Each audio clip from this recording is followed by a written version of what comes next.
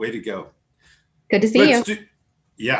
Let's begin. We are recording because a number of people asked if we would, because they want to learn with Carolyn and Rob and Robert and G&B Strategy, and I got their permission for that. So let's begin by saying I'm intrigued. The diversity within. Oh, if you don't mind, manage your own mute button. So that if there's any background noise, even a wild bird or a dog or a child or anything that might make noise, please be muted. But if you want to, if it's very quiet there, you can stay unmuted, because then you don't have to go through that rather obnoxious you're muted story that people get all the time. So if you don't mind, manage that. We can use a chat. Thank you, Susan, for managing the waiting room. But also, if you don't mind, Susan, kind of keep an eye out for the chat as well, if you don't mind. If you wish to post something in the chat, thank you. Maybe the mute button too. Thanks for your help, Susan. Very nice, very helpful. And so let's begin. Very first question. So we have Carolyn Gilbert, Rob Richardson, Robert Barr. Distinguished, but also wild in their approach to strategy. I think unique in their approach to strategy. Please give us a launch into what G&B Strategy is, and then we'll open it up right away to, after your introduction, to questions and answer what's important for us. Would you want to begin, Carolyn? Sure. We began in 2018 after being 2 years of shell-shocked, based on the political. I've been saying lately we dodged a bullet that's still in the air in November. We were sort of shell-shocked, and I come from a background of research and marketing. I have a very successful company that works with media, and we do research, marketing, and digital for industry, for corporations. And I have a group of people on my staff who've been with, some of them have been with me for 20 years. We decided we wanted to use our business for good, not just profit. And we found ourselves on the same side of the political spectrum and said, and as we watched the Democrats do their campaigning, we knew there was a lot wrong. You know, yes. A lot of polling was still done on a telephone. I used to run a call center in Norwood. I had 700 on staff at one point. In 2008, we knew the telephone was dead. We are down now to about 16% of Americans who will answer a phone. The CDC keeps records of who has a landline anymore. It is not ubiquitous the way it used to be. And it's one of the biggest problems with polling. So I have known Robert for a long time, Robert Barr, and when he ran for Congress, he asked me to be his treasurer.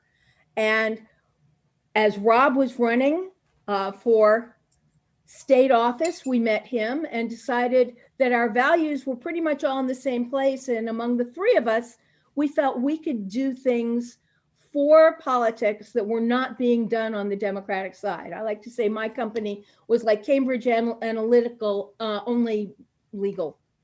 We do a lot of data work and have the ability to find people and message to people appropriately. And with this, I'll let Robert and Rob talk about the company and the rest of the story.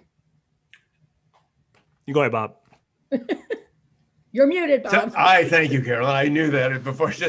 So again, Robert Barr, delighted to be here. I've had a pleasure, meeting and talking with all of you before. And for those of you who don't know, my other life is a rabbi. And when I ran, I was only the third rabbi in the history of America to run for Congress. And part of what drove me to it was the sense that I believe we have a responsibility in all aspects of our lives to leave America better than we found it. And what I found running for Congress is a lot of old thinking. And that's what we'll talk about more of that. So like many people who run for Congress, you sort of go to DC and you sort of schlep through you meet lots of people. I was an oddity in that I was probably older than almost everybody I was meeting. I had more life experience than most of the people I was meeting. And my wife came with me, and that part of the story is my wife is a marketing professor and does data analysis and sales. And so she would sit in the meetings and they didn't know what she did. They just looked, oh, isn't that nice? The rabbi brought his wife with him. And so she was analyzing them as they were talking to me and what they were saying. So we came as a really interesting team. And but the information, the more we listened, it was very, very sort of rote. It was very formulaic. It wasn't really honed to what we thought was the modern world. Eventually, many of you know, I stepped out for AFTAB to clear the field for him. And then Carolyn and I and Rob started talking.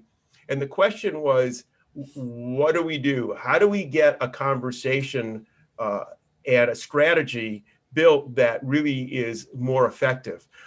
And we also began to realize some things. We spent some time doing some research and going. And one of the conferences we went to was there was a panel of folks from minority communities. And that meant women, people of color, people with disabilities, all who had consulting firms, and all said, it's very hard to get a job because basically the same people are being hired over and over again. So their voices weren't being heard. And we recognize that that is an issue too, that building a strong campaign is you need different people on the team who actually see the world differently. So when you message, you actually are messaging to everyone. So that's what brought us together. And the synergy has been really incredible because each of us see the world from a bit of different place. So that's what we're about. And I'll let Rob talk a little bit more and then we can go with questions. Yeah, thanks, Bob. So we got together. We all have a aligned and shared passion. My story is a little bit different in that Bob is a candidate, but I was a candidate for a long time and understand the process from a statewide perspective and understand every single side of it. I can just say I got into this for the same reason that I got into office, that I got into running for office necessarily. In 2016, I remember that. I'm sure everybody remembers the feeling of, okay, well, you look at the returns like, oh, well, Michigan's going to turn. Like, okay, this is there's no way this is going to happen. They're like, well, okay, this can happen. Then all of a sudden you're like, wait, did that just happen? You take a pause, like, wow, like they really elected this guy president after he said this and did this and did this and did this. And I'm like, none of that mattered. So I tried to go in my brain and say, okay, well, perhaps people just really didn't like Hillary Clinton. And that's just what it was. And it couldn't be that they were attracted to, or that Trump had this way of connecting with people. And so in 2018, I believe for sure that in Ohio always being the swing state, when I ran for statewide office, that people would see that we need a change. We at least need balance. And instead, for the first time in history, Ohio didn't go that way. And in fact, the first time voters in Ohio, more of them, the new voters, first time voters, were Republican. Yeah. And so that was it was the wake up call in 2016. Then it was, I don't know what you call it, just like an alarm bells went off in 2018 and said that this is not like 2016 was not an anomaly. It wasn't. He can, and they understand how to drive turnout. And I don't think it's specific to Trump, though Trump has some specific skills. He got ahead of the bandwagon and really took everything that the right wing propaganda machine has been building, all of the resentment, all of the racism, everything, all of the conspiracy. He was just a perfect vessel for it, but it's there, and he weaponized it through social media like no one ever did. We're not going back. Okay? He has changed things, and it was already probably in progress. He just accelerated the progress. So in 2020, thankfully, we averted having America be destroyed. That's what we averted, but we didn't. We're still in the midst of this because the right wing machine is strong. I was watching a clip of Fox News, and this is what the guy said. One of the guests says, well, we actually might need a fascist because we need people to represent us too. And Tucker Carlson is going, yeah, that's what we need. This is Fox News. So I'm trying to get everybody to understand, like, we are not out of the woods yet. We know from January 6th and everything else, this is going to be a long-term battle for the ideals of this nation. And when an idea gets in your head, it's like a virus. And right now for the right wing, it's become a pandemic in terms of lies and false information. And it is affecting our country, and it's infected a lot of this country. And we are in a battle. We started this because we're in a battle to engage that in the long term. And I don't think enough Democrats have an understanding of that. We're not talking about if you're more progressive. None of that really even matters. What matters is how we message to enough people so that we can make sure that we are taking on the right wing machine, because they are against democracy. Like I say that openly. This is not they're not arguing about lower taxes. They're arguing about if they're going to take over the nation. They're arguing about suppressing the vote. They're arguing just about taking over and really ignoring all the rules. That's their argument. Their argument is we don't need democracy. And that's not an argument. That's not anything that we want to even entertain. And we have to make sure that we are engaging it in that method. So it's still a very present danger and threat that we have right now. And it's why we're together. And it's why I know that our perspective is very important, because I don't see many others really understanding that this is the battle that we're in. Yeah, I love the diversity of your team. A team of 3, really great diversity. And my sense is that you also have a diversity or a uniqueness in what you bring to the potential clients, the candidates that might choose to hire you as their guide through a campaign. Can you share with us a little bit the uniqueness? I saw on your website, research to message to delivery is 3 stages along the way. And I wondered if that's part of it, but what's unique about your team that the candidate might not be able to find in the doing things the old way? I think, and I want Carolyn to talk about this some. So if you read Politico 2 days ago, the big conversation on Politico was, why was the polling wrong in 2016? They did this big analysis and they were going to get it right. And it was wrong in 2020. And everyone's gnashing their teeth. So one question is just understanding what's going on there. And the fact is, without good information about what people are thinking, you can't make good decisions. And I want Carolyn, because she's an expert in this issue of research and data. We don't do polling in the sense of what I think people think about. We do research that's much more nuanced and much more has more facets to it to understanding, and we reach more people and understand what their concerns are. So Carolyn, if you could just talk, because it goes to Richard's question, what makes us unique is we're a data-driven messaging program. We're not just creating stories that we think are important. So Carolyn, can you talk a little bit about issues around polling? You touched on it when you introduced yourself, but talk about a little bit more. Well, the polling industry has been asking the same questions the same way forever. And if you do what you always did, you'll get what you always got. And right now, I mean, we have looked at the data we get from people, and the fact is people lie. You can't ask people a direct question and expect the truth. You've got to look at their motivations. You've got to know about how their lives are. You've got to ask questions differently. And you can't use the telephone. I mean, I cited that at the beginning. Telephone polling is dead. I mean, how many of you answer a call from someone you don't know? Mm-hmm. How many of you have a landline?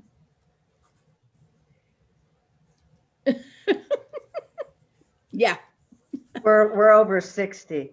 Well, so am I. I gave mine up when I moved to Chicago in 2008. Don't need it anymore.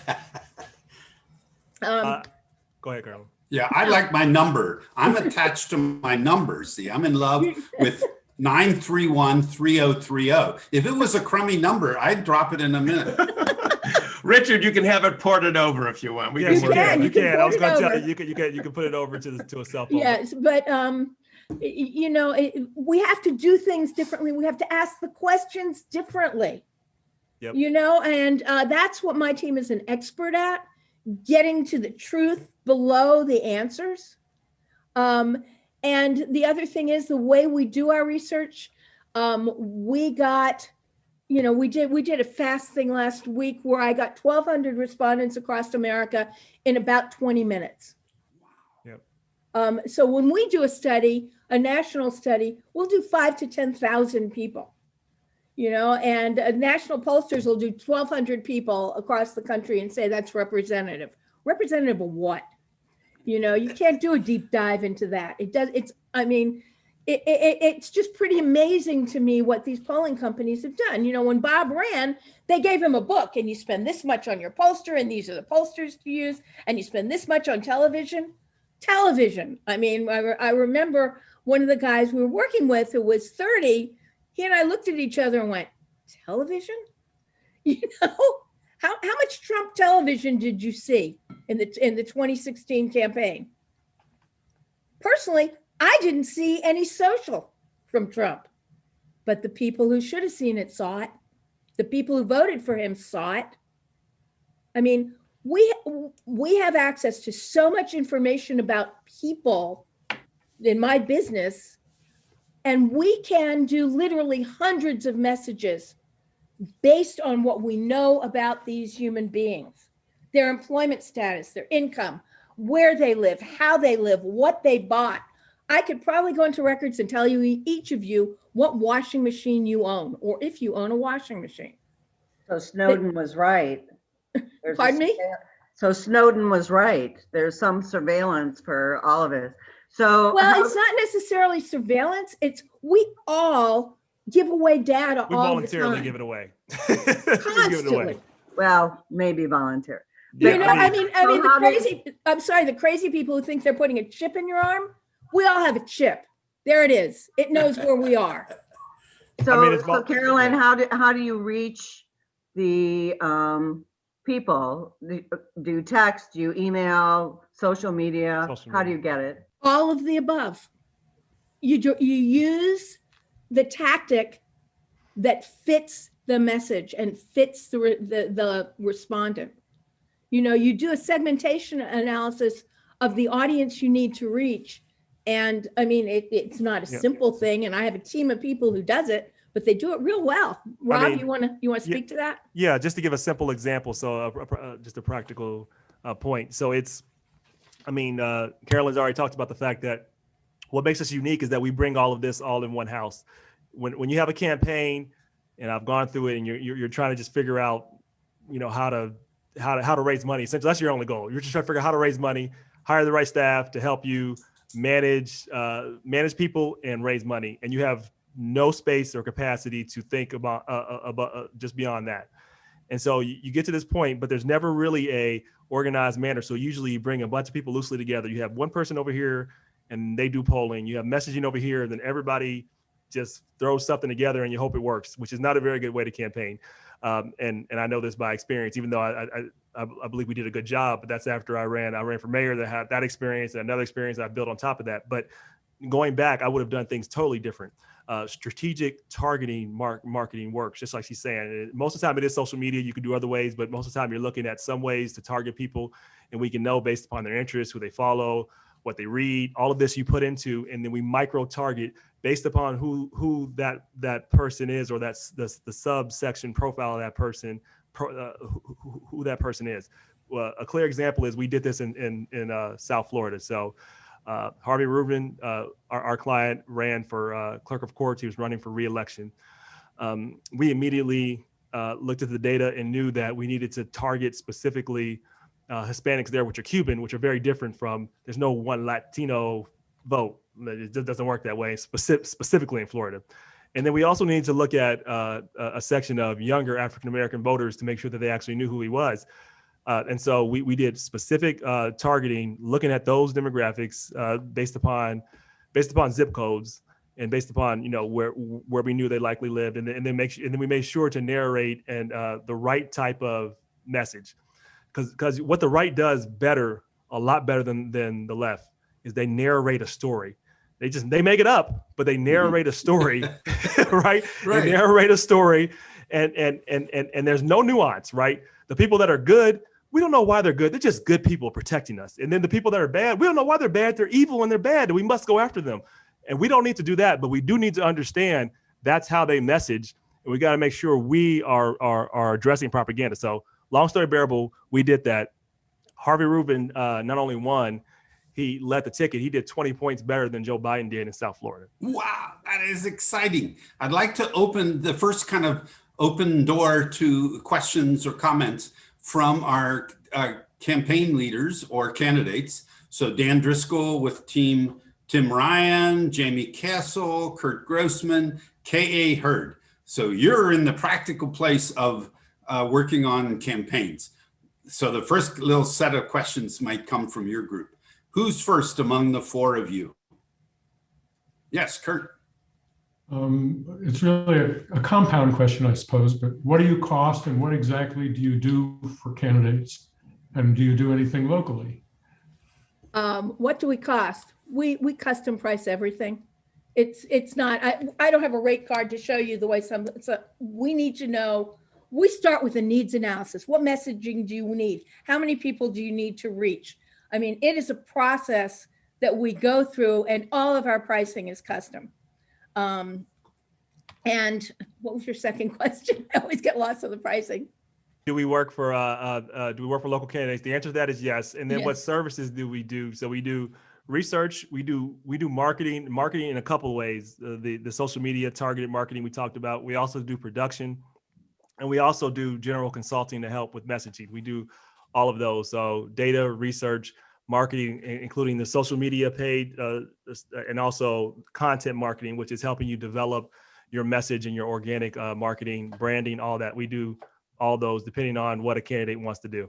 And, you know, and by social marketing, we don't throw Facebook ads up. You know that end table you looked at a couple of weeks ago, and it follows you around endlessly on the internet? Yes. We can be that creepy, and we actually, we got this capability today where we can actually dynamically advertise within the context of what somebody is reading. So if somebody is reading on the internet something about, I don't know, a bill before Congress, let's say they're going through Google and are, you know, about minimum wage, we can direct a message to them that talks about our position on minimum wage while they're involved in it. Now that's really creepy, but it's really effective. Yeah, it is.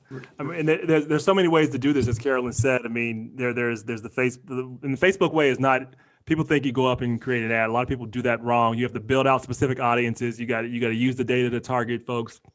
So even navigating the Facebook universe specifically in the political world is not as easy as it seems. It's not easy. And then you have, is that the best way to do it? Do you do it through the Google universe, or do you do programmatic, which is what she just described? It all depends on the campaign and what you're looking for. So it's really impossible to say how much it costs. It depends on what the needs of the candidate are. And one of the most effective ways of advertising these days is YouTube pre-roll, where if you can get a message out in 6 seconds, they don't start charging you till I think about 15 seconds. You can have a target audience and get your message, your video out there, and be extremely effective. I mean, in the industry I work in, my partner and I just did a 2-minute video, and I've actually started getting calls from my potential clients saying, okay, you're creeping me out. You're everywhere I am. How do you do that? I mean, if you have a targeted list of people, we can get targeted messaging out to them. And in addition to, and one other thing we offer is also finding out, helping the candidate hone their narrative. Rob talked about the story, the arc. Running is, I mean, it's storytelling. A good candidate gets up and tells his or her story on a regular basis. What's the story? What is compelling? And for lots of people who are running for the first time, there are things that are very uncomfortable. Asking people for money. I have gone and watched new candidates stand up, and I was cringing. It was so painful.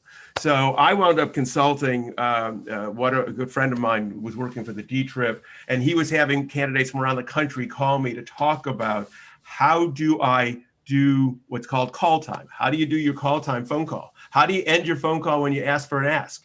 Because as Rob said, a part of being a candidate is raising money. Your job as a candidate is to raise the money. And the only person who's going to raise the significant money is the candidate. How do you do that? How do you stand in front of a group? So helping a candidate who's not done that before get used to standing in front of a group, asking for money, understanding what their narrative is, understanding their arc, and then taking all that information and then doing the kind of data research and the really specific creating of the content, the social media, that they play off of one another. There should be no dissonance. You should be telling the story. And even though you may be doing it to different groups, you're the same person and you need to present yourself the same way. And helping to develop that is a process. And as Rob said, when you start running, candidates have a lot of different people who may or may not know you.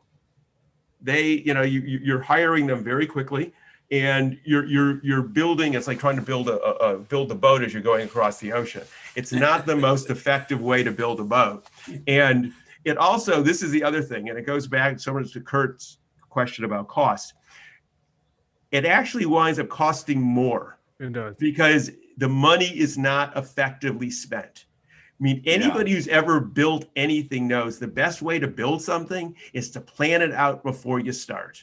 Because if you start building without a plan, you're going to wind up unbuilding or tearing down some of the things you did, or going, oh, that was a mistake, or we need to move this. Developing an effective plan early and building a strategy is far more effective. And I want to add one thing about, Carolyn alluded to TV, about 75% of what candidates raise is supposed to be used for TV. It's the same kind of mythology that exists about telephone polling. Telephone polling's a myth. And I have heard arguments, I've been in the arguments where people are telling Carolyn why phoning works. And the reality is the data shows it doesn't, but the mythology of it is strong. The mythology of TV is strong, even though the electorate is absolutely a changed electorate. And so what happens is they tell you how to do things, but they're behind the curve. One of the things that we know is the political playbook is about 10 years behind a lot of the corporate playbook or more. And it needs to be brought up to date. 20, so at least. And so that's what we bring to the experience. And each of us comes at it, looks at it differently. And we also look at the world differently too. So you have three people already who, while we share a same value set, actually see the world from we have different sensitivities. And that's powerful. Right. Because you're talking to lots of different groups, and how do you do that? Yeah. Jamie, I want to give another quick option for some of the candidates or campaign leaders. Jamie or KA or Dan, you're next. What do one of you have a question or comment for this strategy team? So, hello, my background is I did run for Congress in 2020 for Ohio's 2nd Congressional District, which was 8 counties, a lot of rural counties. And I found that that's a whole other beast in itself. Now I'm running for city council. So translating federal to local city, it's a different beast as well. And just to plug myself, it's castle4cincinnati.com. If anybody'd like to donate to my campaign, I have much experience in call time. We can tell, that's good. I was interested in how many platforms there were when we were doing our advertising. And I was told time and again, don't even think about TV. Granted, it was a presidential election year and it was crazy expensive. Right. But there's so many platforms. There's the Hulu, YouTube, Google, Pandora, all these pre-rolls, Facebook. I mean, are you having to consistently just put your hand on the pulse of how things are working, what works best? We do. My company, now it's 4 times a year, we do a national study of where people are going. I mean, Facebook has had the lead for quite a while, but you see what's happening with WhatsApp and TikTok, and we actually, and Instagram, we track it by age, we track it by all the key psychographics. And so we know where to place things, and then there's basic programmatic, which is getting in everywhere. We have a bunch of distribution systems to make sure that depending on your target, we get you where they are.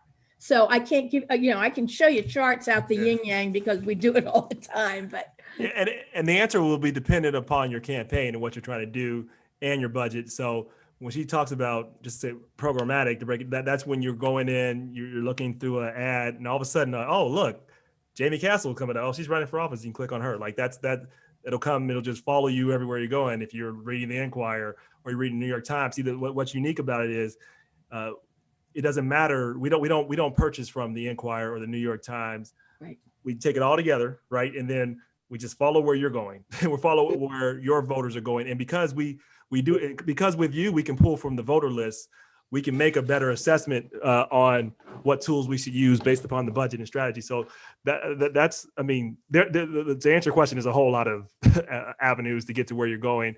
It really depends upon several things: your budget, your campaign, your target audience, all those things. And we would come in and we would assess those things. And I mean, as a candidate, you have the mother lode of information. You have their physical addresses, and very often you have their email addresses. And when you have that information, you can do lookalike audiences and find people like them who may not be registered to vote. I mean, there are so many things you can do when you have that first party information. I mean, it's quite amazing. And, you asked how much it costs, Kurt. We sit down and we do an needs analysis, and we also say, okay, what's a reasonable amount to spend and how do you get the biggest bang for your buck? Because we can give you $1 million campaign. I don't think that's going to fly. So, what's a reasonable budget? If only. Yeah. What's a reasonable budget? This is what we can do for you for that. And we make sure it stretches to the edges. Beautiful. Now, K.A. Hurd is with us tonight. Thank you. He's becoming a regular on Bold New Democracy and out in the neighborhoods too, running for council. Now, is a brand new candidate, meaning I don't think you've run before, K.A. So what question or what's your wish? If you had a strategy team on your side, what would you love to experience or learn? Well, hey everyone, how y'all doing? I would like to learn everything. I mean, as possible. I mean, honestly, right now, I'm trying to get my signatures in. Like, so that's one thing that I'm trying to do right now. And I know I got to raise money. I haven't ever started that.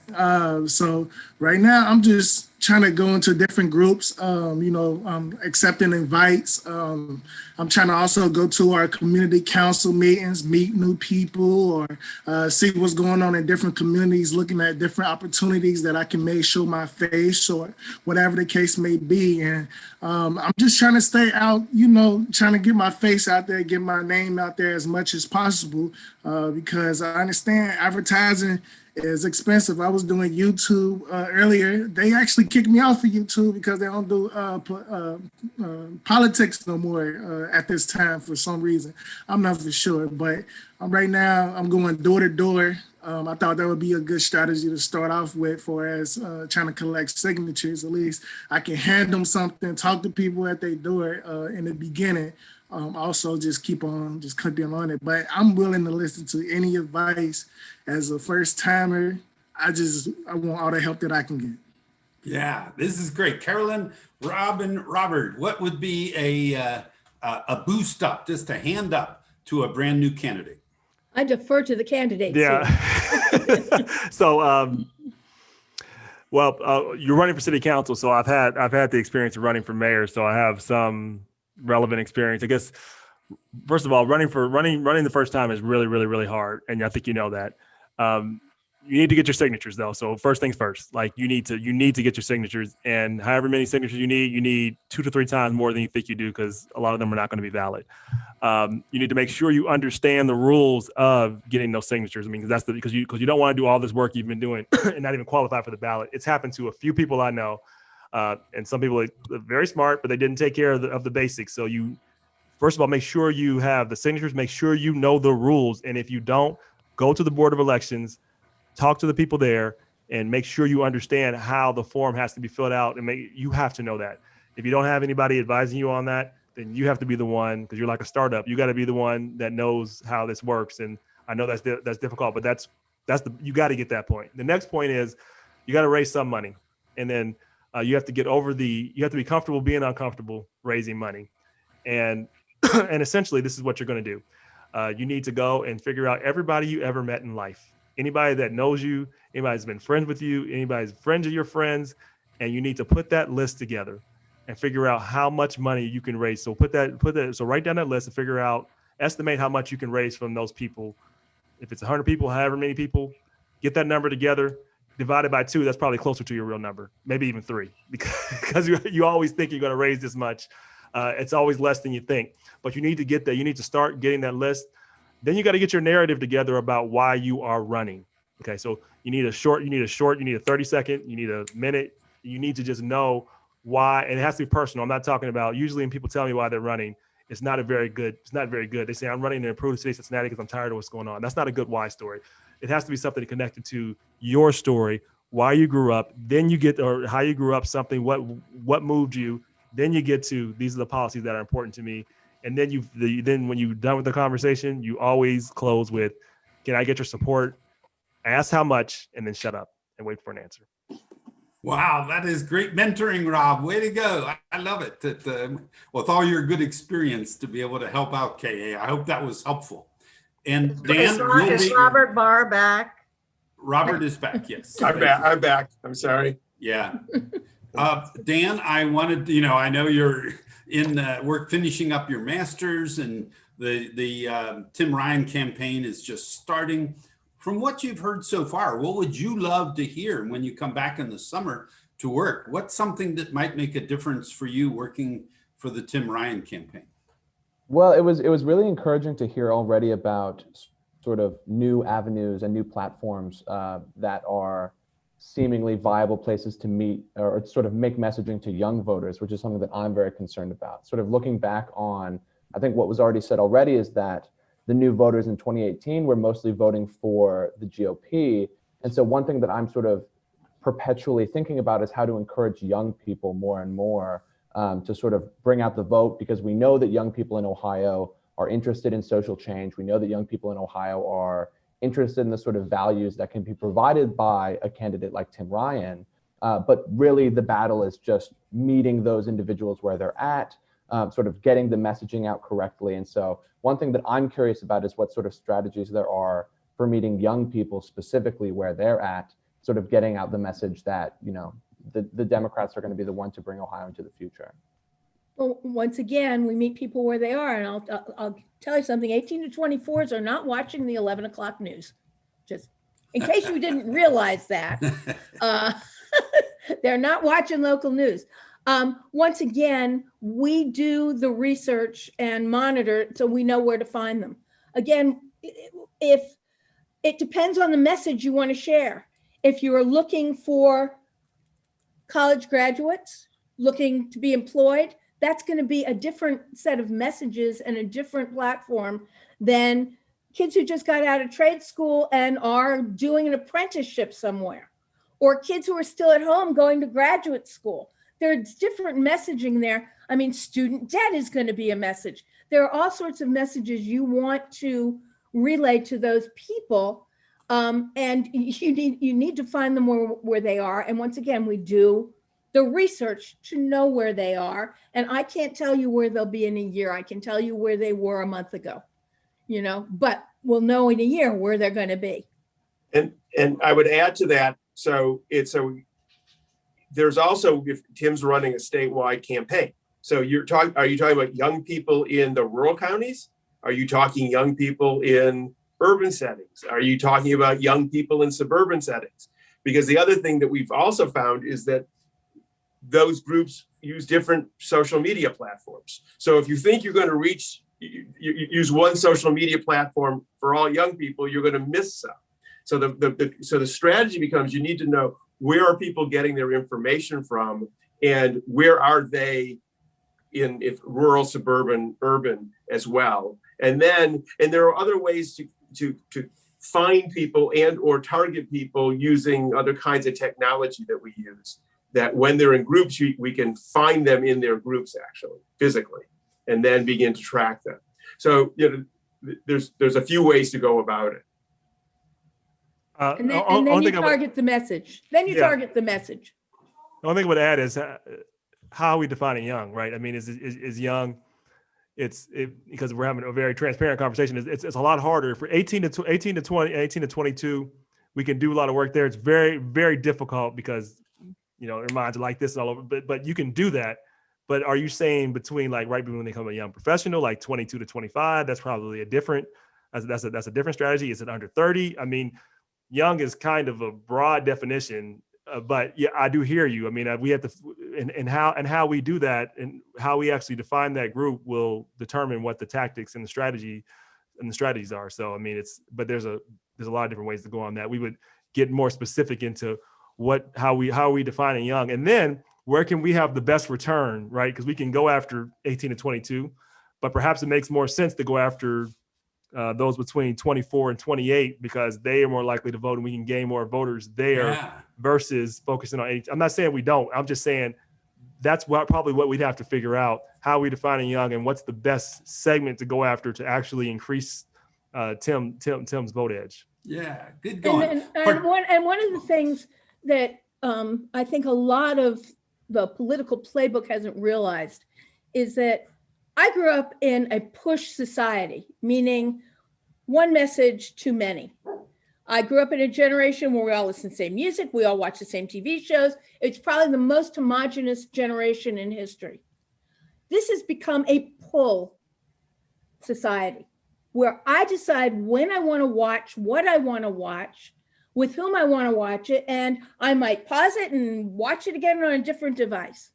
We're watching the traditional broadcast companies go through major trauma because the little deal we had, we'll watch advertising so we can get content, that entire model is falling apart. Yeah. And the political world has to realize that we are in a pull society. So you've got to have a message that's where they are when they're there.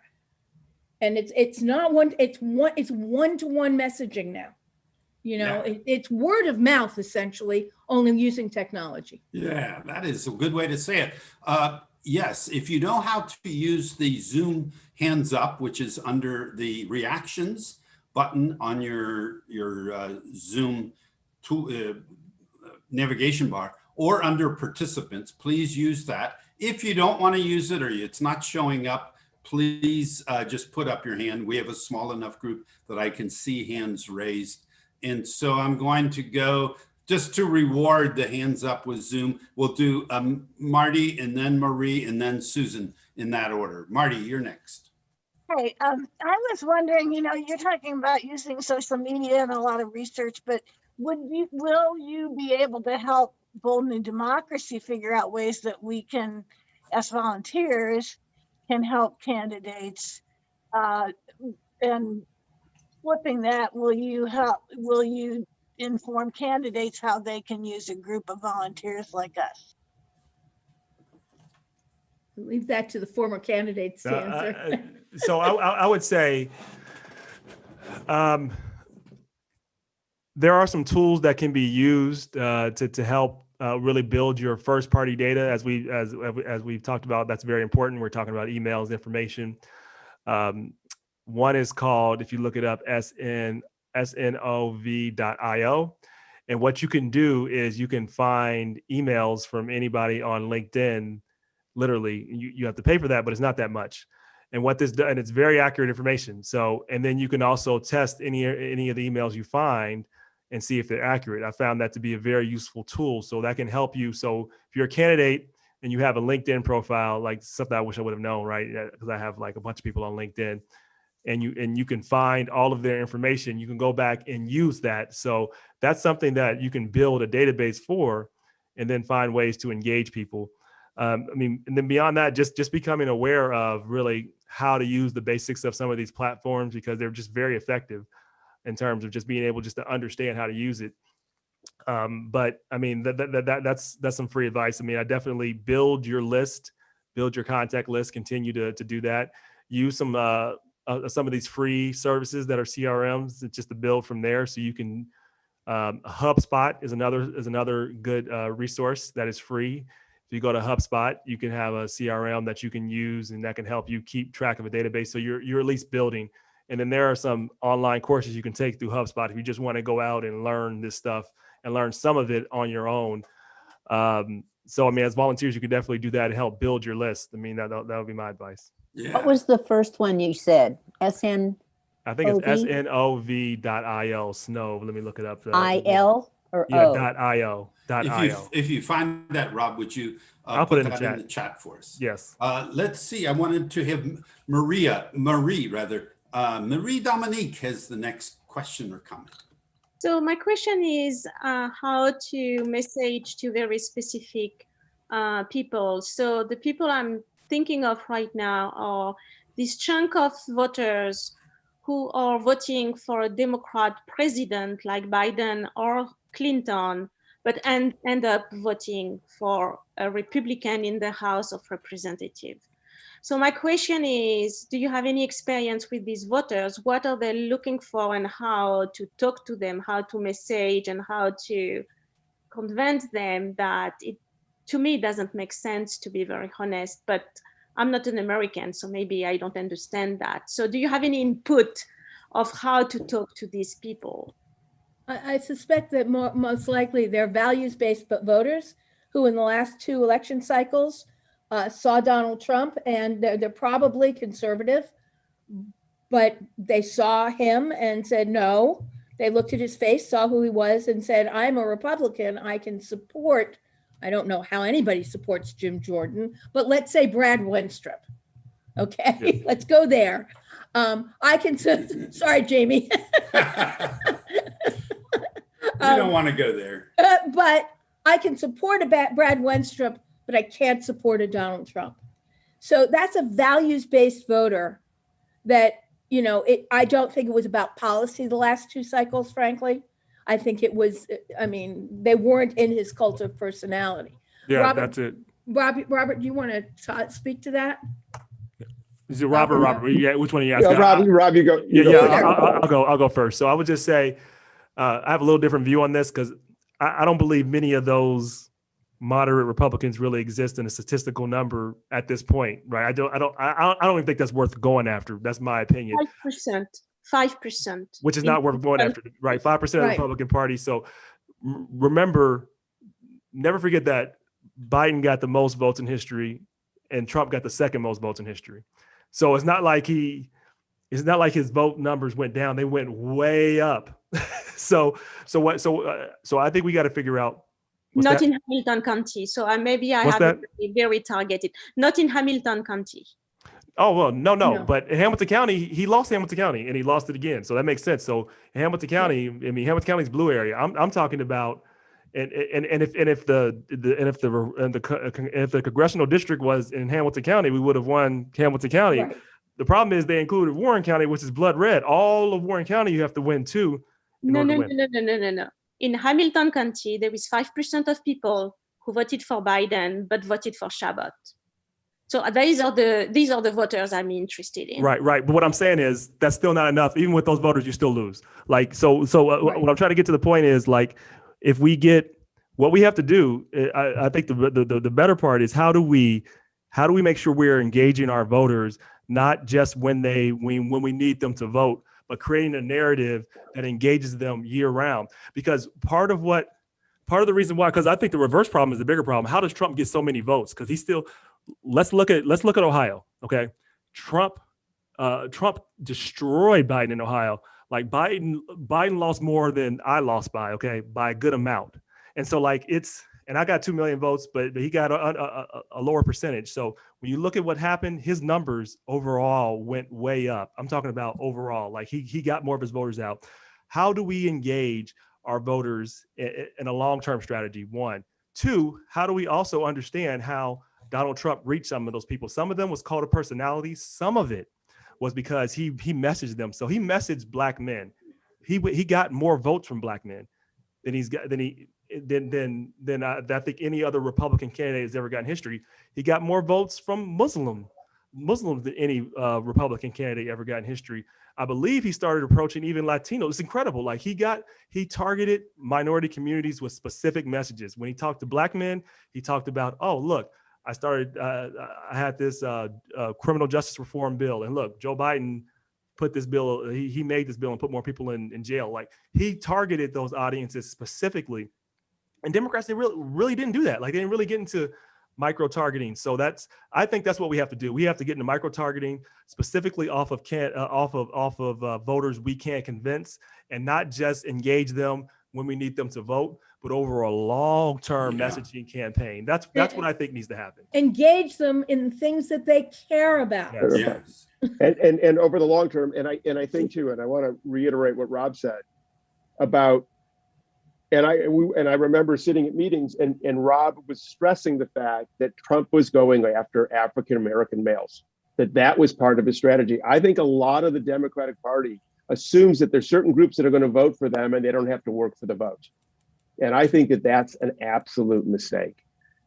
It really requires thinking. It's not assuming that you're going to get the vote. It's how do you earn the vote? And it's having a relationship with the people that you want to vote for you, and that it's authentic. That it isn't, what happens for a lot of people, they start running around meeting people for the very first time, and people say, well, how do I know you're going to be there in 6 months after I vote for you? Because there's not a relationship.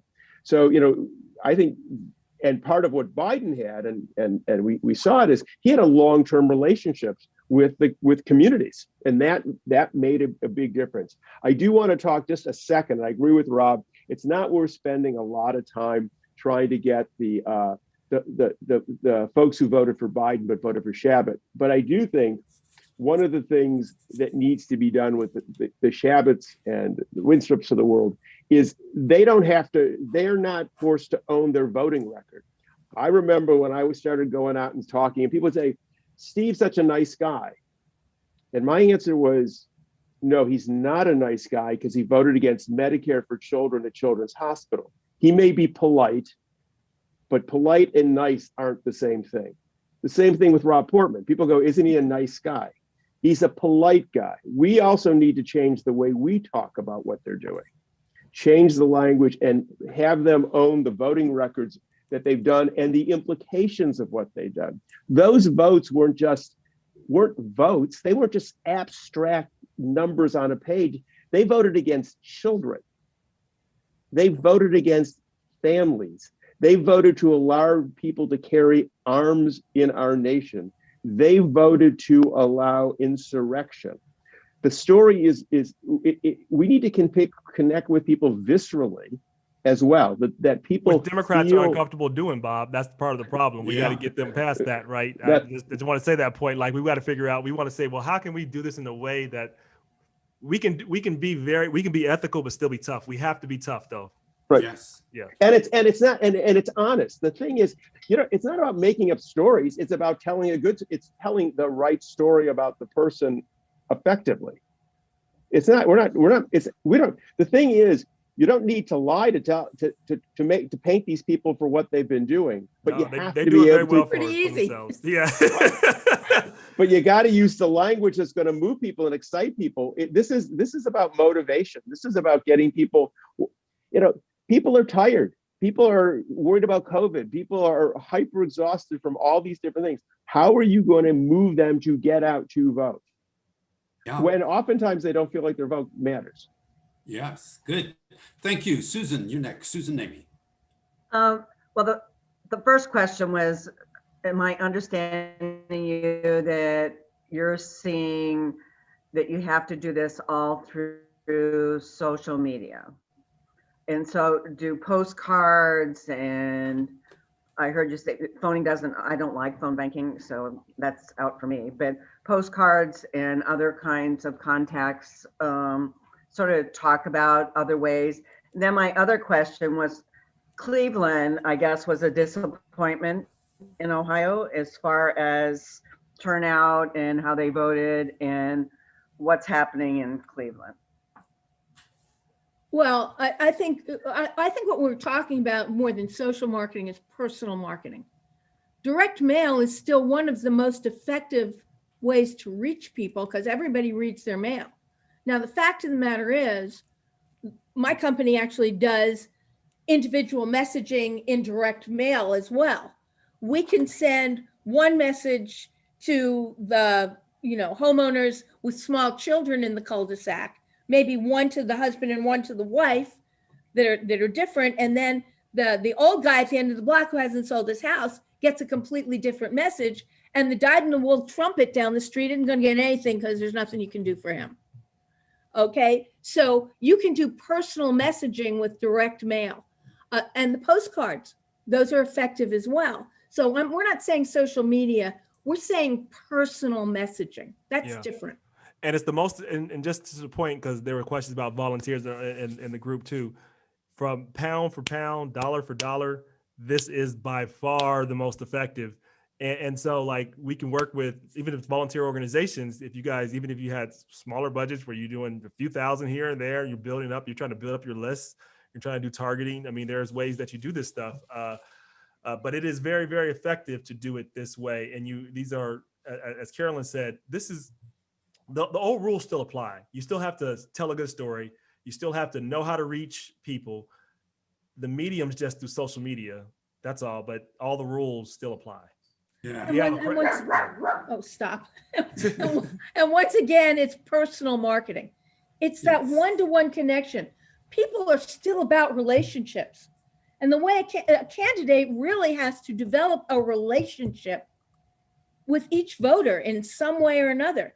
And frankly, one of the best ways to reach people is through other people. So your volunteers are critical because they're the people who are going to be touching other people. Yep. Hey, Jamie really made a good comment here that I do think I want to address. That I think it's very, very important. And Carolyn, you've talked about this, and Bob have talked about this.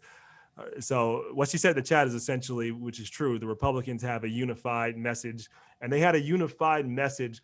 And I think that to go to the earlier question that was asked, because this is something I forgot to mention, they had a unified message to demonize the Democrats.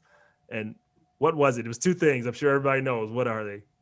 They're going to defund the police and their socialism, right? That's what they, and so every time it came up, Democrats are just this is what they would do, right? They would just stutter over themselves and not really know what to say. This could have been very easily unified messaging. Defund the police is a horrible frame.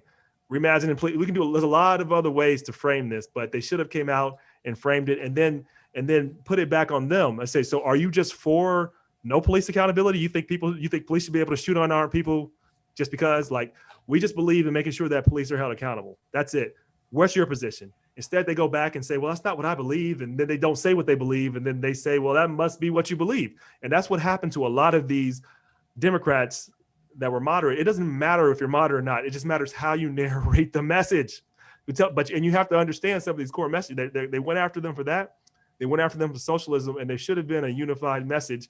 And instead, we're having arguments about if we exactly say Medicare for all. Who cares? It does not matter. What you need to say is figure out how to narrate a message that can reach people. That's it. And stop majoring in minor arguments within the party. And we at least could have a unified message, and then let's argue when we actually win. But we do need to make sure we know that they're going to go after us. We know they're going to frame defund the police. We know they're going to frame socialism. We should be able to frame them and go right back and pivot and not allow them to own the narrative. But we tend to go on the defensive and then just say, well, that's not what we believe. That's just what some of our members believe. But then that's also not good. That's what happened. One of the things the Republicans do magnificently, they all hated Trump in 2016. And the election happened and they all lined right up behind him. Democrats are terrible at that. I don't like this and I don't like that. I mean, we're whiners, for God's sake.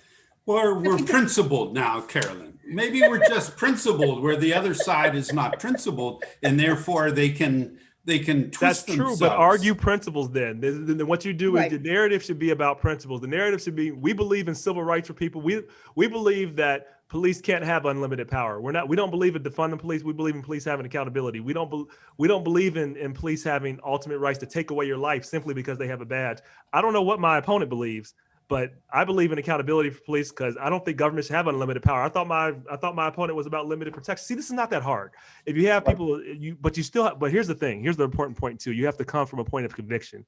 When you're having these discussions about things, people have to believe that you believe these things. So that's also part of the argument. We're really honest. We have some candidates that want to figure out what to say. They want the data to tell them what to say, to determine what they're going to say. Data is only directional. Then you have to actually have a message that you also believe. That's also part of it. Yeah. It's about authenticity. I mean, frankly, that was part of a Trump appeal. I think a Sherrod's appeal. He's authentic. People see him. He is who he is, and he comes across that way.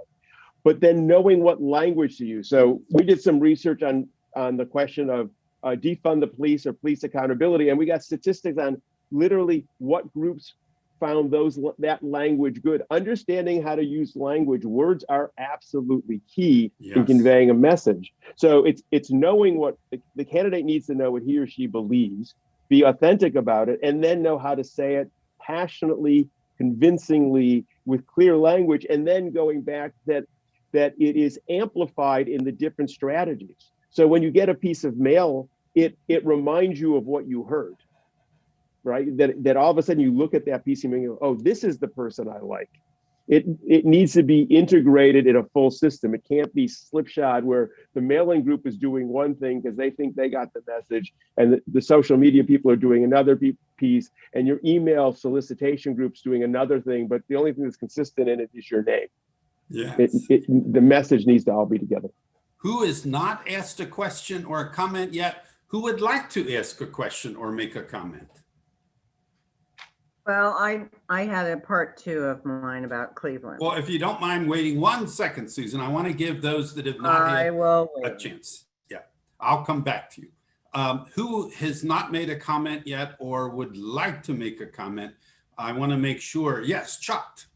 Yes, I want to know what it's going to take to give us a second Democratic senator in Ohio.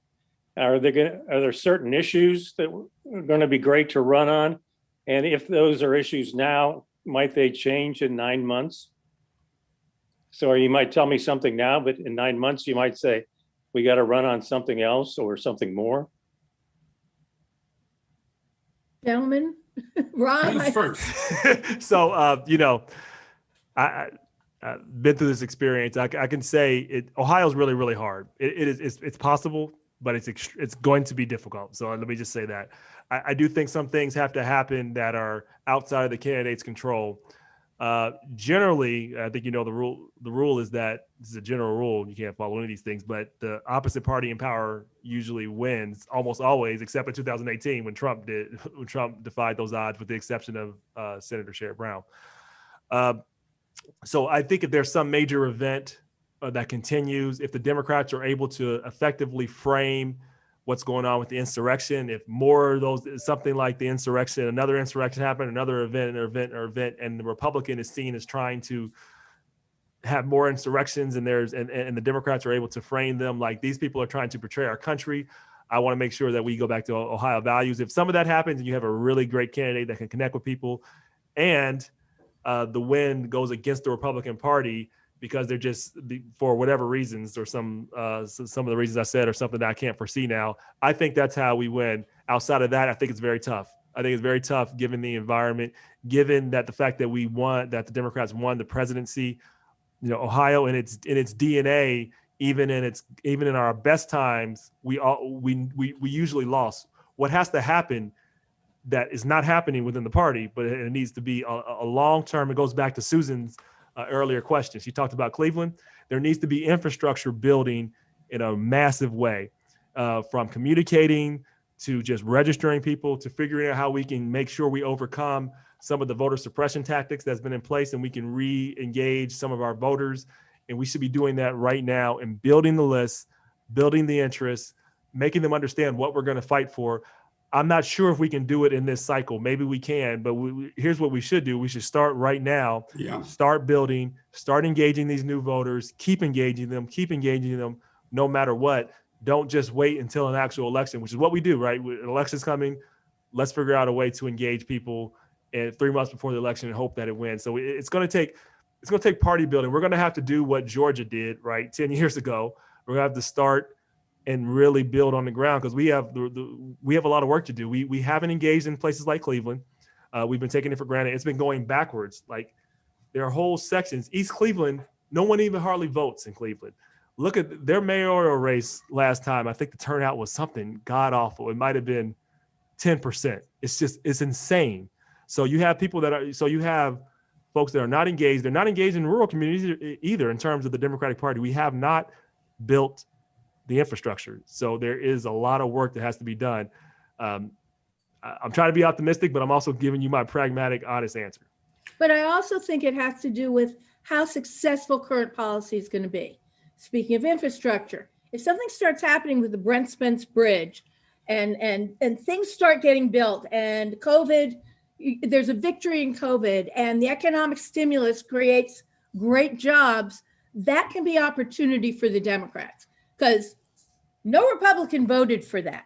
No Republican voted for anything that helped anybody, nor will they. And I think that's opportunity for the Democrats. And are they messaging that? Like, to me, the way why I'm concerned, Carolyn is absolutely right. They haven't been messaging that, though. They should be messaging that all day, every day, 10 times on Sunday. They voted against you having this check. They voted against it. I don't see that. I also don't see the infrastructure bill being pushed that way. Instead, we have one of the members of our own saying he's not going to vote for it unless Republicans do, and Republicans are not going to vote for it. So, like, we have to figure out a way to be on the offensive for once, instead of asking permission to do the will of the people. Yeah. Yeah, I'd like to jump in as an amateur here within your team, is that I'm really being influenced by a strategist and political writer named Steve Phillips. And he's from Ohio originally. Now he lives in the San Francisco area. And he's got a great book out called Brown is the New White. But his claim is Ohio will be lost if it chases the swing white voter. And you give that and you believe in that. We got to go after that. His claim is that we have a new American majority, even in Ohio. And that majority is a combination of people of color and progressives. You put those numbers together, it's above 50% in Ohio. If you ignore that group and go after the swing whites, guess what? A lot of the people of color and the progressives are going to think, well, you're not talking to me. Like Carolyn, you said, you're not talking to my interests. You're talking about these swing white voters. You go after those two groups, and he does a lot of the data analysis too. He's not just making up this theory. So I've been influenced a lot by Steve Phillips, and think that we need to pay attention to this new majority, new American majority, he calls it. Robert Barr. Yeah, but remember what we said earlier on. Trump got 70% of the African-American male vote. So it's just because he didn't get that much. I think he got about 20%, but that's a lot. Yeah. Right. I said 17. Oh, I thought you said 70. Oh man, no, I didn't say 70. 17. Yeah, he might have got 17 to 20. Yeah, some places he got. Good.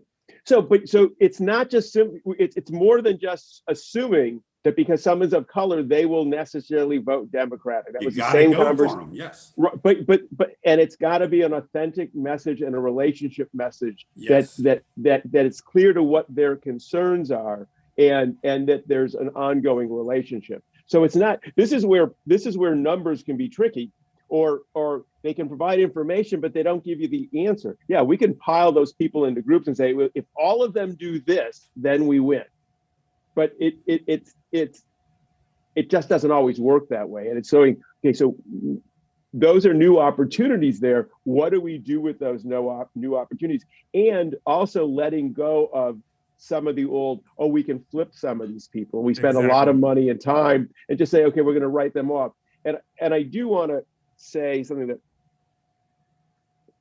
we need a long-term strategy, not a short-term strategy. Yeah. And this is I have to say, this has been a mistake on a number of fronts of organizations that I'm in. The Republican Party had a 40-year strategy. That's why the Supreme Court is where it's at. Yeah. It was not a one-term presidential strategy. They had been working towards it for a very long time. And one of the things that organization like Bold New Democracy can be involved in is asking people what their long-term strategy is. Getting the people who are doing this to come up with some of a long-term, what are you doing to build? What is your long-term goals, not your short-term goals? What is your long-term goals, and beginning to develop that so that we're going to be playing behind the 8 ball for a while and defensive. And we might have to accept that, but we can't sacrifice the long-term for always just only focusing on what's the next election. I mean, that's such a great point, Bob. And to me, so as to that point, the strategy needs to be, how are we engaging in long-term ideas that can change the trajectory? Like, so is there things we can put on the ballot to make voting more accessible and build a campaign around that? Are there other ideas we could do within the state that would engage our base? This is the thinking we need to, this is the frame of thinking we need to be in. But Democrats in general like to just spend right at the election, spend all your money, be gone, be done, and then they only focus on federal elections and presidential races, and then wonder why we don't have any infrastructure in any of these states. So there needs to be we need to have a long-term strategy, and we need to just really change and do a 180 about our perspectives. I don't know how we do that, but I do think the leadership in a lot of these areas need to figure out creative ways to reserve more money for really state party and infrastructure building. And then they need to actually pay and support long-term thinking. As Bob said, literally 40, 50 years ago, right when, what's the guy's name? Barry Goldwater lost to Lyndon Johnson, all right? When that happened, the party got together and said, we need to make sure somebody like Barry Goldwater can win. So here's what they did. They went, they studied, and Ronald Reagan took all the same positions and won a little while later. Well, if you want to really be terrified, Netflix has a documentary on it called Get Me Roger Stone, which takes you back to Richard Nixon. Wow. This is, I mean, are you curious as to why all these state legislatures are Republican? That wasn't an accident. They started from the bottom up, and they've been at it for almost 50 years. Yeah. Good. Let's, we have about, thank you for staying, Carolyn, Rob, and Robert. We have about 14, 15 minutes. We like to end on time. Susan, I want us to make sure you get in here with your next point. And who's next after Susan? Please prepare your question or comment. Susan. Well, Rob Richardson sort of addressed part of it, maybe to hear more about the infrastructure. I've heard leadership is an issue in Cleveland, but it's like, I also heard if Cleveland had voted like Cincinnati, that it would have been a Biden state. Yeah, that many votes on the table. Somebody told me too, Susan, that we were thinking about rural votes. There were so many votes on the table in the urban areas, particularly Cuyahoga County, but also Cincinnati, actually. There were still more votes here, yeah. There were so many that goes if those for votes had gotten out, that would have swung things. Yes. That goes for 2018 too, as well. I mean, this is the same story. This is a long-term strategy. We have to engage our base more. We don't do it. No matter what the party says, they were not doing it. They did not do it in 2018. Their whole strategy for winning was, we're going to win more suburban voters, which they actually did win. It's just not enough. It wasn't enough voters in the suburbs to win. But that was the strategy, is like, we're gonna do well in the suburbs, and then in the urban areas, which is code for Black people, that's gonna take care of the rest of the votes. Yeah, right. And that didn't happen. Take it for granted the Democratic Party has been doing. Who's next? Thanks, Susan. Who's next? Rob Weidenfeld. And you have to unmute. Rob. You're muted. You're still muted. Okay, I do that. Hey, Rob is a great leader. Pardon me, Rob, I want to give a little intro. Rob is a wonderful leader, mobilizing and gathering strength in Montgomery, the town, I guess, or in the suburb of Cincinnati. Congratulations on your work. What question or comment do you have? Montgomery voted for a Democratic president for the first time in at least 50 years this last election. Way to go. So we're very happy about that. Having said that, I've worked with all of the candidates that are on here now, and I've even worked with them or heard them multiple times. So I'm very delighted to be here. I want to say that my experience is probably not that different from some of their experiences in dealing with people. Some of my experiences come from dealing with a number of conservatives on a group called Better Angels, which is now called Braver Angels. But what I've discovered in many of my conversations with them and through my lifetime of politics, and I remember, by the way, the 1964 election, tells you how old I am. So long story short is that the Republican Party, it seems to me, likes to define the party, our party, by its most extreme elements. And Rob already referred to this. You know, they want to, someone makes a suggestion, a Democrat makes a suggestion about defund the police, and they believe everybody in the party wants to defund the police, no funding, and we're going to all go without police. Same thing with socialism. They want, you know, AOC makes a comment that sounds pretty normal to most of us, and she's the socialist, or open borders. So what happens is, my feeling is that when a candidate like Rob or Jamie or Bob Barr, if they're talking to people and they listen to you, my guess would be that a person on the other side of the aisle would be impressed with you initially, but part of their thinking is you're in a party that believes all of these other things. And that makes it much more difficult for you to win, because they like you and they say, but I can't support you because of your party. And because that's pretty much what I will hear when I'm talking to people trying to organize in my neighborhood. So I think that Bob Barr is correct when he says we need a long-term strategy. The strategy is to be, yes, I'm going to be different, but I'm not different from my party, because my party does not support defund the police, at least in the way you're thinking. Reallocation of resources, not defund.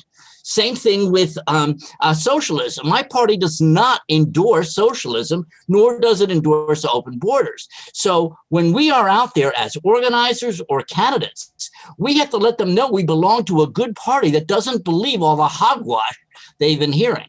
Good. Thank you, Rob. Comments from our three leaders of G&B Strategy. I mean, Robert makes a lot of great points.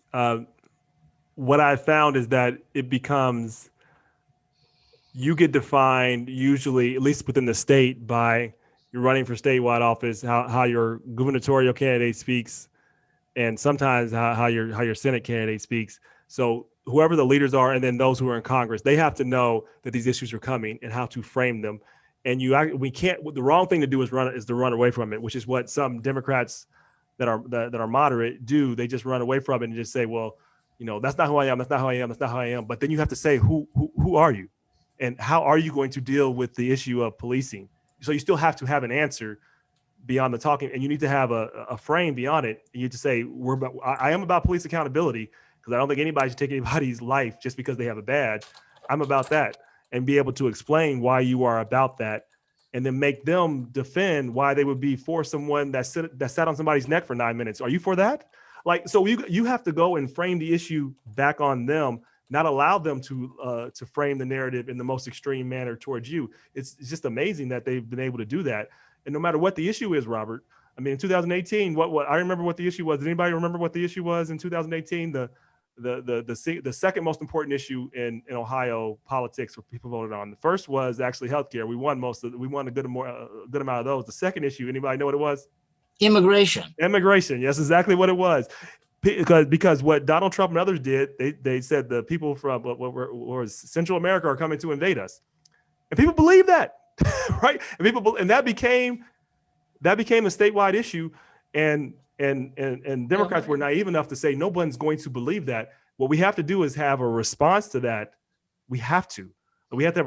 We can't just not. What we usually do is we just don't speak about it and hope it never comes up, and then when it does, have a muddled answer. That's why I think that's also part of the reason why we lose. We need a long-term strategy, but we also need to get better at messaging and pivoting and hitting back.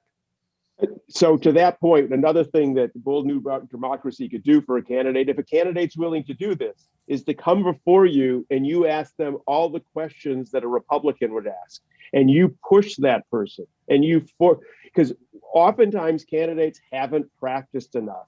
And in fact, a friend of mine who's fairly high up, she said the easiest way to get a new candidate out of a race is when I hear someone's getting into a race that I know I want to get out, I send a reporter with a microphone the first day and ask them the hardest question, and they fumble on tape, and that tape is there.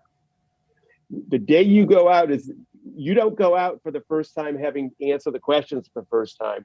You go out for the first time having practice.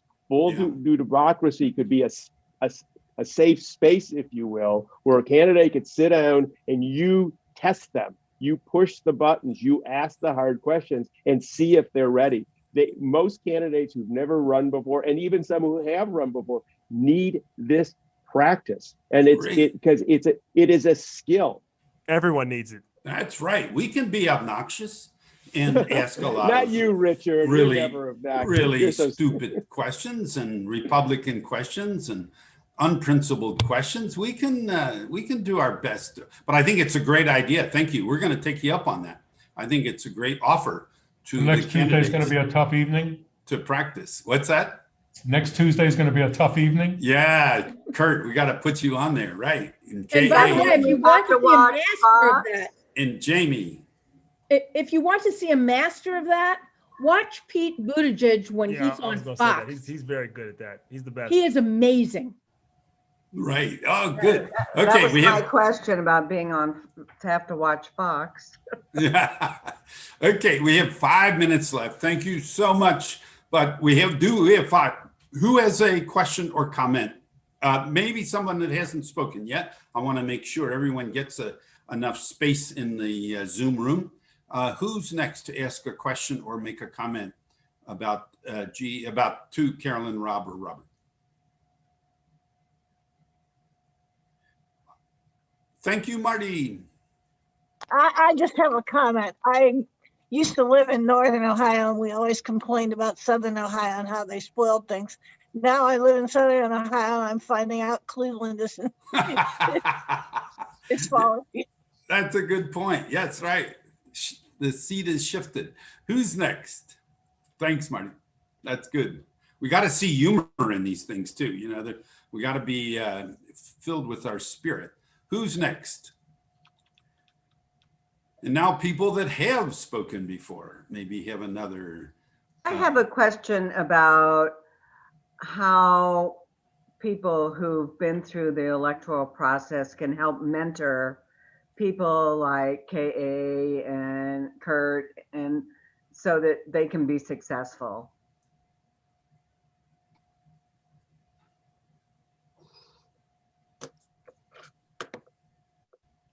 You're on mute. You did. I mean, that's why we're here. We're obviously here giving advice, and I try to give as much as I can with my schedule at this point. But you know, generally I'm pretty responsive. Someone shoots me an email, I usually get. I always get back. So thank you. Yeah. Let me know. You did that beautifully with KA, and maybe we should set up some training. I know Action Tank has a candidate school in which they bring in people for new candidates, local candidates for council and mayor. And I believe they're going to do it next year for the races there. So there are opportunities. How can we help you, Carolyn, Robert, Rob? Is there any way that we can support you in your growth of I think what you are offering is so important. How can we help you? Carolyn, you're muted. You're muted, Carolyn. You've already done it. You've given us a platform to have a conversation with people. I mean, once again, all marketing is personal. Yeah. So there are people here who know us now who didn't know us a few hours ago. Yeah. Good. Anything for you, Rob? Anything individually too. I mean, we can help your firm, but we also can help support you. Like, what are you going to run for next, Rob? You are a powerful, young, important leader for the state. What's your next race? You're muted. Rob, you're muted, or you're saying? Yeah, like yeah. So I don't know what that's going to be. Nothing anytime soon. I'm a recovering politician at this point. I enjoy what I do in the private sector, and so I just want to help others at this point. If something makes sense at some point, maybe I will. But at this point, I just want to help other people. So, any way we can help your firm with G&B Strategy that you can think of, like Carolyn said, we're glad to bring you and spread the word. And I tried to get this out to as many campaign managers and candidates as I could so that people know about you, including, I was so pleased when Dan Driscoll, all the way from Ireland, but coming soon to the team, Ryan came, because we believe in your work, Dan, and the Ryan team. But anything else, Robert or Rob, that we can support you? I think obviously, when you tell candidates about us and spread the word, certainly about what we're doing. And if you know of a good candidate that's coming up, definitely refer us. We would like to be in early in the process, and we don't need to do everything, but we do.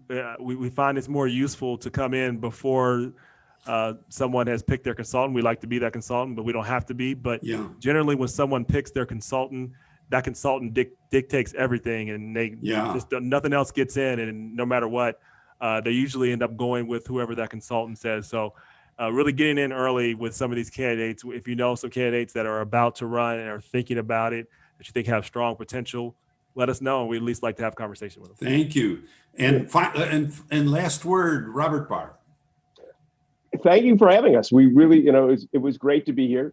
We enjoyed it. Part of what we like to do is obviously share the knowledge that we've gleaned and share it with others who are committed to making this a better country. What we're talking about, we're talking about elections, but what we're really talking about is the future of America, the future of Cincinnati. That's what this is. This is the conversation that's about. This is what's been driving us. This is what drives our work to do that. So that you afforded us this opportunity to do that is great. We're willing to help. I love coaching people. I have done that for several candidates. Call me up early on and ask me questions about what I think their issues are going to be. The one thing I know about the three of us is we will be frank. We're not going to sugarcoat things. We're going to raise the issues and explain what we think is going on. So thank you very much. Keep up the good work. I know Bold New Democracy, you have made a mark for yourselves. You have changed the conversation. You're getting people engaged. And this is the kind of long-term, the work of building infrastructure that is so desperately needed. So I want to thank you for what you've done, because you're making our city and our community much, much better.